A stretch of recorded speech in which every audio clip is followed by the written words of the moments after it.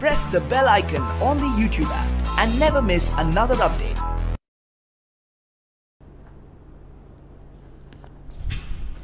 चलो बच्चों, अब अपनी यूनिट स्टार्ट करते हैं। पहले यूनिट एंड मेजरमेंट। अब हम ब्रीफली समझेंगे कि यूनिट क्या है, मेजरमेंट क्या है। तो फर्स्टली हम समझने की कोशिश करते हैं कि यूनिट क्या होता है। तो यूनिट है क्या, वैसे मैं पहले बता दूं कि यूनिट और मेजरमेंट है क्या। यूनिट और मेजरमेंट सिर्फ हमें ये बताता है कि हमें किसी भी चीज़ को अगर मेज़र करना है तो हमें उस चीज़ के लिए किस किस चीज़ की रिक्वायरमेंट रहेगी।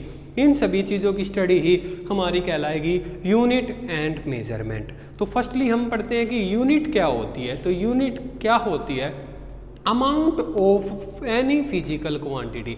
कोई भी फिजिकल क्वांटिटी की कितनी अमाउंट है वो हमारी कहलाएगी यूनिट। एंड अगर हम बात करें कि मेजरमेंट क्या होता है, तो मेजरमेंट क्या है कि हम किसी भी फिजिकल क्वांटिटी की कंपैरिजन उसकी स्टैंडर्ड यूनिट से कंपैरिजन कर लेते हैं तो वो हमारी बन जाती है मेजरमेंट। तो बच्चों, अब हम इसकी डेफिनेशन को थोड़ा लिखते हैं कि असलियत में यूनिट और मेजरमेंट को डिफाइन कैसे करेंगे। तो बच्चों, यूनिट को हम डिफाइन करेंगे तो हम शॉर्ट में कह सकते हैं कि any amount of any physical quantity. कोई भी फिजिकल क्वांटिटी उसकी कितनी अमाउंट है वो कहलाएगी यूनिट। ठीक है बच्चों, आया समझ में। अब हम पढ़ते हैं मेजरमेंट क्या होता है। तो जैसे मैंने बताया था, मेजरमेंट क्या है कि जब भी हम किसी फिजिकल क्वांटिटी का कंपैरिजन उसकी स्टैंडर्ड यूनिट से करते हैं तो वो मेजरमेंट कहलाती है।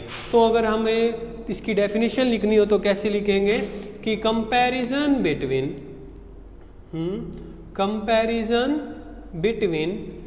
Physical quantity with standard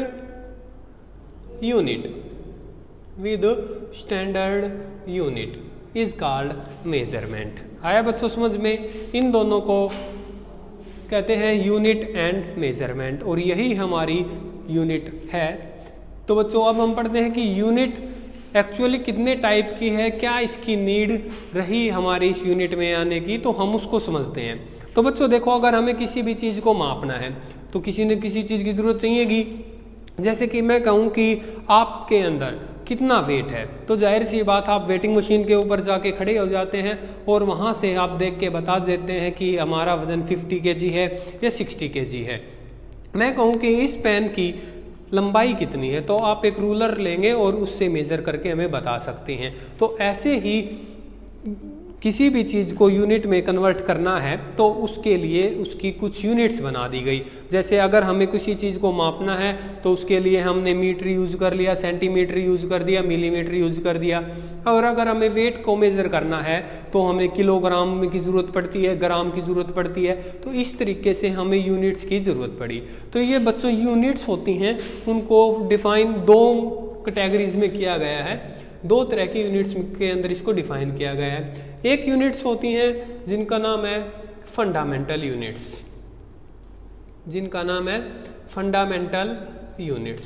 fundamental units कौन सी होती हैं? वो यूनिट्स जिनको किसी की ज़रूरत ना हो, मतलब वो इंडिपेंडेंट हो, ऐसी यूनिट्स को कहा जाता है फंडामेंटल यूनिट्स। मैं आप सभी को एग्जांपल दे के बाद में समझाऊंगा कि एक्चुअली ये हैं क्या। तो पहले हम इसको थोड़ा थ्योरेटिकल पढ़ लेते हैं। तो फंडामेंटल यूनिट्स क्या होती हैं? दोज यूनिट्स which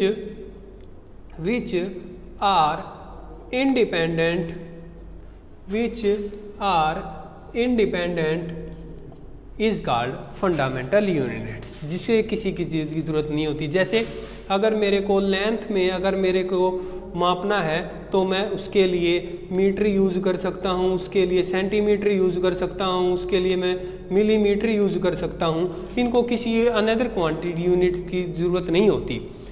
जैसे कि और अगर मैं कहूँ मास को अगर मेरे को मेज़र करना है तो मास के लिए मैं किलोग्राम भी ले सकता हूँ, मैं ग्राम भी ले सकता हूँ, मैं मिलीग्राम भी ले सकता हूँ। ठीक है, तो ये है जिनको किसी चीज़ की ज़रूरत नहीं होती है, डायरेक्ट मेज़र हो जाती हैं। दूसरी यूनिट्स होती हैं जिनका नाम है डिराइव्ड यूनिट्स। क्या नाम है?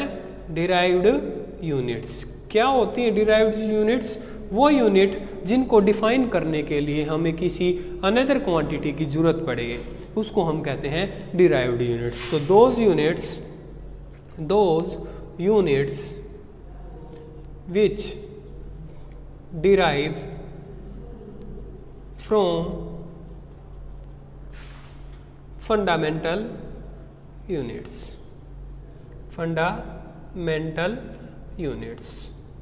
मतलब एक ऐसी यूनिट्स जिनको अगर डिफाइन करना है हमें, तो हमें फंडामेंटल यूनिट्स की ज़रूरत पड़ेगी। तो जनरली अगर हम बात करें कि फंडामेंटल यूनिट्स हैं कितनी और डिराइव्ड यूनिट्स उनसे कैसे निकाले जाते हैं, तो एग्जांपल के रूप में एक बार बता दिया मैंने कि फंडामेंटल यूनिट्स ये दो मैंने एग्जांपल बता दिए। और डिराइव्ड यूनिट्स जैसे मैं कोई एक एग्जांपल बता दूं, मैं कहता हूं स्पीड मैंने नाम ले दिया, तो मुझे पता है स्पीड का फॉर्मूला होगा डिस्टेंस अपॉन में टाइम।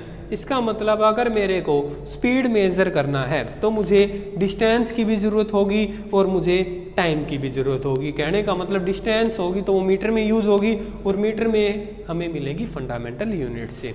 तो टोटल फंडामेंटल यूनिट्स है कितनी एक्चुअली, और उन यूनिट से हम कितने यूनिट्स बना सकते हैं वो हम पढ़ेंगे।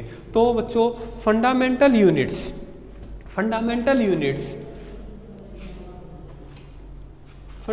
यूनिट्स के कई टाइप हैं, ठीक है। मोस्टली तो 7 टाइप्स की है, लेकिन हमारे यहाँ क्लास 11 में मोस्टली हमारे 3 ही यूज होंगी।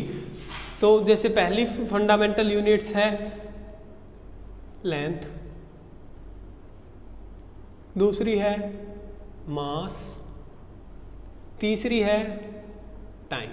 इस यूनिट में अब तक हम यही पढ़ेंगे, और भी हैं टोटल 7 होती हैं, लेकिन हम अभी 3 के बारे में ही पढ़ेंगे।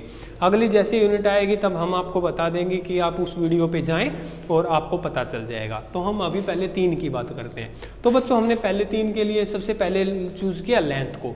लेंथ क्या होती है, जैसे ही मैंने बताया कि अगर मुझे इस मार्कर का मुझे लेंथ नापनी है तो मैं क्या काम करूंगा, मैं रूलर लूँगा और उससे मैं इसको मेज़र करूंगा। और फिर इसकी जगह पे अगर मुझे कोई, मैं कहता हूँ कि मुझे इस पूरी दीवार की या इस पूरे ब्लैक बोर्ड की लेंथ मापनी है तो मुझे अलग स्केल लेना पड़ेगा। तो हमें कुछ पता चला कि कुछ तो दूरी ऐसी होती हैं जिनको मीटर में एक्सप्रेस किया जाता है ना। कुछ ऐसी होती है जिनको सेंटीमीटर के लिए ही ज़रूरत पड़ती हैं, कुछ ऐसी होंगी जिसके लिए हमें किलोमीटर का यूज करना पड़ेगा। जैसे हमारी यहाँ से लेके हमारे स्कूल है वहाँ तक की कुछ किलोमीटर की डिस्टेंस है। तो हमें पता चला कि लेंथ को मेज़र करने के कई डिवाइस हैं। लेंथ को हम मीटर में भी यूज कर सकते हैं, हम उसको किलोमीटर में भी यूज कर सकते हैं, हम उसको सेंटीमीटर में भी यूज कर सकते हैं।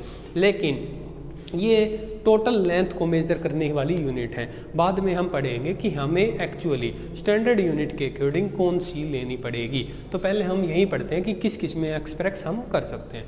तो लेंथ को हम कर सकते हैं मीटर में, किलोमीटर में और सेंटीमीटर में।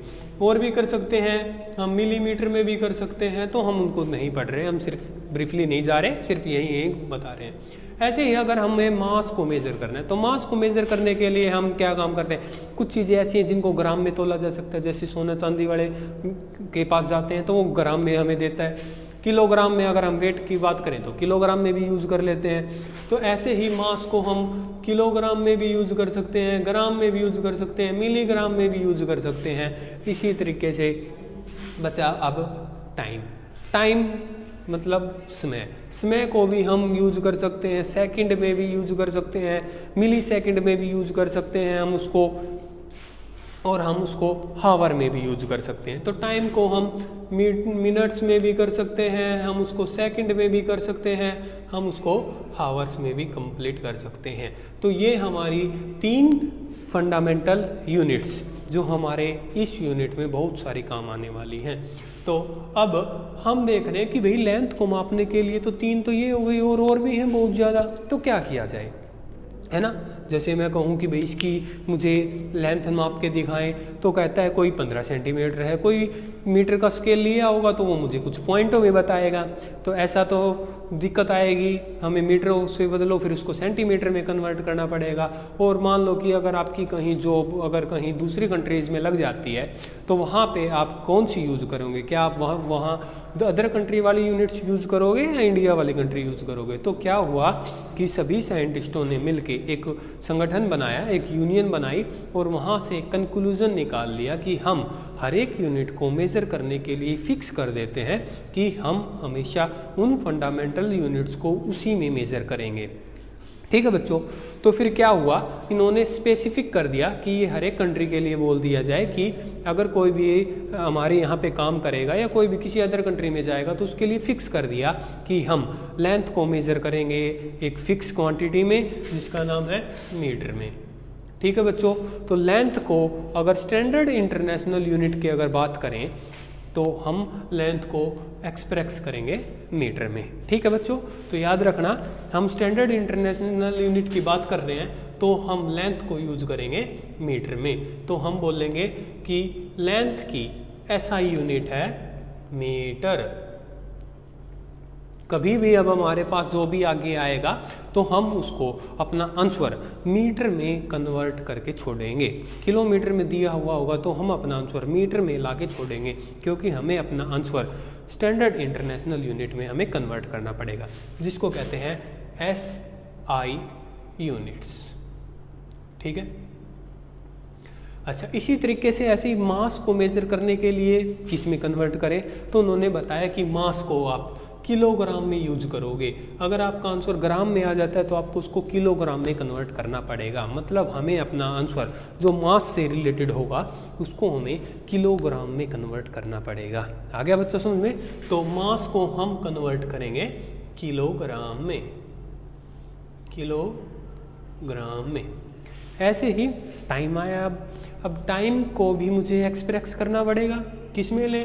मिनट में ले, सेकंड में ले, आवर्स में ले, तो फिक्स कर दिया।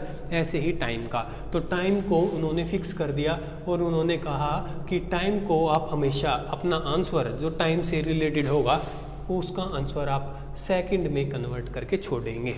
ठीक है बच्चों, तो टाइम को आपको एक्सप्रेस करना होगा अपना आंसर सेकंड में। हावर में अगर आपका आंसर आया हुआ होगा तो उसको सेकंड में कन्वर्ट करना पड़ेगा। ठीक है, आया समझे? तो ऐसी ये तो बना दिया गया एक स्टैंडर्ड इंटरनेशनल यूनिट। अगर हमें अपना आंसर स्टैंडर्ड इंटरनेशनल में लाना है तो ये। ऐसे ही कुछ एक दो यूनिट्स और भी होती हैं, जैसे कि हो गया एफपीएस सिस्टम। एफपीएस सिस्टम इसको बोलते हैं एसआई सिस्टम, जिसके अंदर जो भी यूनिट होंगी वो स्टैंडर्ड इंटरनेशनल में कन्वर्ट होएंगी। इसी तरीके से एक होता है एफपीएस। एफपीएस क्या होता है बच्चों? देखें, एफ का मतलब है यहाँ पे फुट, पी का मतलब है यहाँ पे पाउंड्स, ठीक है, और एस का मतलब है सेकंड। फुट क्या है, पाउंड्स क्या है, सेकंड क्या है, ये आपको पता होगा क्योंकि आप 11th क्लास तक पहुंच चुके हैं, लेकिन फिर भी बता दूं, फुट एक मेजरिंग लेंथ होती है जिसको हम फुट में मेजर करते हैं। ऐसे ही पाउंड्स में होते हैं, ऐसे ही सेकंड में होती हैं। पाउंड्स रिलेटेड आपको कहाँ मिलेगा? आप जैसे ही कोई WWE देखता होगा तो आप वहाँ से देखना, उन सभी के जो भी रेसलर्स होंगे उन सभी का जो मास होगा वो पाउंड्स में दिखाएंगे आपको। तो ठीक है, अलग अलग कंट्रीज हैं, वो कोई किसी से कन्वर्ट करके दिखा रहा है, कोई किसी में। वो आपको पाउंड्स में क्यों दिखा रहे हैं? वो इसीलिए दिखा रहे हैं क्योंकि पाउंड्स की वैल्यू एक्चुअल मास की वैल्यू से डबल के करीब होती है। तो इसका मतलब वो दिखाते हैं कि भाई रोमन रेंज है, उसका जो वेट है वो मान लिया 300 पाउंड्स है, ताकि लगने वालों को ये लगे कि इसका जो वेट है वो पाउंड्स में 300 है, तो थोड़ा सा एक इम्प्रेशन जमाने के लिए लगाया गया है। तो पाउंड्स का मास से ही रिलेटेड है, और सेकंड हमेशा सेकंड ही रहेगी, चाहे एसआई सिस्टम हो या फिर वो एफपीएस सिस्टम हो। ठीक है बच्चों, आया समझ में? थर्ड पढ़ते हैं। ऐसे ही होता है एक MKS system. MKS system, MKS system क्या होता है? एमकेएस सिस्टम वही है जहाँ पे लेंथ को मेज़र किया जाए मीटर में, लेंथ को मेज़र किया जाए मीटर में, मास को किया जाए किलोग्राम में, और टाइम को किया जाए सेकंड में। तो आप देखोगे कि यही स्टैंडर्ड इंटरनेशनल की यूनिट थी और यही स्टैंडर्ड इंटरनेशनल वाली यूनिट थी और यही एमकेएस है। तो स्टैंडर्ड इंटरनेशनल यूनिट को एमकेएस यूनिट भी कहा दिया जाता है। तीसरी एक और क्वांटिटी है जिसको एक्सप्रेस किया जाता है, उसका नाम मैं आपको बताता हूँ। एक और क्वांटिटी भी है जिसके अंदर हम इन यूनिट्स को मेज़र कर सकते हैं, उसका नाम है जैसे CGS।